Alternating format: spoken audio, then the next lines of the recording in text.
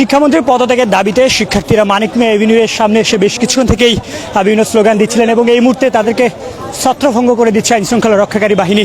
প্রিয় দর্শক, আপনাদের জানিয়ে রাখি, শিক্ষামন্ত্রীর পদত্যাগের দাবিতে আজ সকাল থেকেই সায়েন্স ল্যাব সহ উত্তরা দেশের বিভিন্ন স্থানে শিক্ষার্থীরা আন্দোলন করছিলেন এবং এক পর্যায়ে আজ জাতীয় সংসদ ভবনের সামনে তারা চলে আসে। ভিতরে সংসদ অধিবেশন চলমান রয়েছে, কিন্তু বাহিরে আমরা দেখতে পাচ্ছিলাম যে শিক্ষার্থীরা আন্দোলন করছিলেন শিক্ষামন্ত্রীর পদত্যাগের দাবিতে। এবং এই মুহূর্তে যদি আপনাদের একটু দেখানোর চেষ্টা করি, আইন শৃঙ্খলা রক্ষাকারী বাহিনী এখানে শিক্ষার্থীদের সরিয়ে দিচ্ছেন।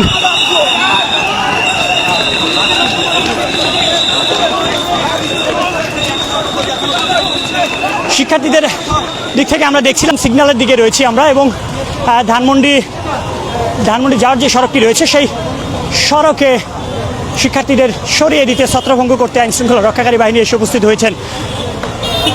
আমরা দীর্ঘ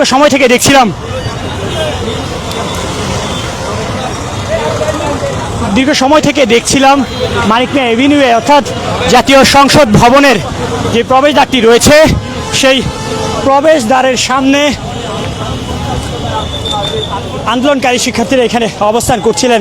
তাদের যেই দাবি, মূলত শিক্ষামন্ত্রীর পদত্যাগ, সেই শিক্ষামন্ত্রীর পদত্যাগের দাবিতে আজ রাজধানী সহ দেশের বিভিন্ন স্থানে এই আন্দোলন হয়েছে। এবং যদি একটু চিত্র আপনাদের দেখানোর চেষ্টা করি, এখানে আন্দোলনকারী যারা রয়েছে, মানিক মিয়া এভিনিউয়ের পুরো সড়ক জুড়ে আইন শৃঙ্খলা রক্ষাকারী বাহিনী এখানে সতর্ক অবস্থানে রয়েছে। সংসদ ভবনের ঠিক সামনে মানিক মিয়া এভিনিউ দিয়ে যে প্রবেশদ্বারটি রয়েছে সেই প্রবেশদ্বারে আমরা দেখছিলাম আন্দোলনকারীরা অবস্থান করছিলেন বেশ কিছু সময় থেকে। তারা সেখানে বিভিন্ন ধরনের স্লোগানও দিতে আমরা দেখেছি। তারা বারবার শিক্ষামন্ত্রীর পদত্যাগ চেয়ে স্লোগান দিচ্ছিলেন এবং শিক্ষামন্ত্রীর পদত্যাগ চেয়েই মূলত তাদের এই আন্দোলনটি শুরু হয়। রাজধানীর সায়েন্স ল্যাব মোড় থেকে করছিলেন এবং এক পর্যায়ে আমরা দেখেছি তাদের ছত্রভঙ্গ করে দিতে আইন শৃঙ্খলা রক্ষাকারী বাহিনী তাদের সেখান থেকে সরিয়ে দেন এবং এই মানিক মিয়া এভিনিউয়ের পুরো অঞ্চল জুড়ে আইন শৃঙ্খলা রক্ষাকারী বাহিনী তারা সতর্ক অবস্থানে রয়েছেন, আন্দোলনকারী শিক্ষার্থীদের ছত্রভঙ্গ করে দিয়েছেন। আমরা দেখেছি পুলিশের এদিক থেকে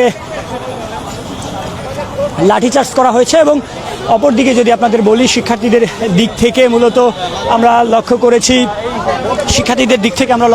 ইট পাটকেল নিক্ষেপ করা হয়েছে।